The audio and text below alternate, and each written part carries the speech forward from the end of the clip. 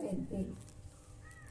ಅವರು ರಾಜಕೀಯ ವ್ಯಾಪ್ತಿಯಲ್ಲಿ ನೋಡೋದಾದ್ರೆ 33% ಮೀಸಲಾತಿ ಮಹಿಳೆಯರಿಗೆ ಇದೆ ಅಂತ ಹೇಳಿದ್ರು.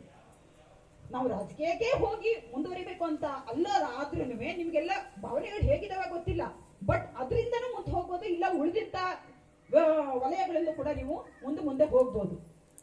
ಅಲ್ಲಿ ಒಂದು ಮಾತು ಬರುತ್ತೆ, ಅಂದ್ರೆ ಮುಂಬೈಯಲ್ಲಿ ನಡೆದಿರೋಂಥ ಒಂದು ಘಟನೆ ನೆನಪಿಗಾಗುತ್ತೆ ಈಗ.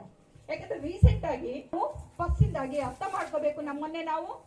ನಾನು ಹೇಗಿರ್ಬೇಕು, ನಾನು ಹೇಗೆ ಇರಬೇಕು, ಅಥವಾ ನಾನು ಹೇಗೆ ನಡ್ಕೋಬೇಕು ಆ ಸಂಸಾರದಲ್ಲಿ ಅನ್ನೋದನ್ನ ಅರ್ಥ ಮಾಡ್ಕೊಂಡು ಈ ಸುಮಾರಷ್ಟು ವ್ಯವಸ್ಥೆಗಳಲ್ಲಿ ಏನಿದೆ ಅಂತ ಹೇಳಿದ್ರೆ ಈಗ ನಮ್ಗೆ ಎದುರಿಸಕ್ಕಾಗಲ್ಲ.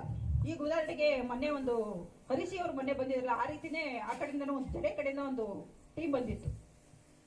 ನಮ್ಮಲ್ಲಿ ಕುಡಿತದ ದಾಸರು ದೊಡ್ಡರ್ಕಿನ್ನ ಮಕ್ಕಳುಗಳು ಜಾಸ್ತಿ ಆಗಿದ್ದಾರೆ. ಇದನ್ನ ಹೇಗಾದ್ರೂ ಮಾಡಿ ನಿರ್ಮೂಲನೆ ಮಾಡಿ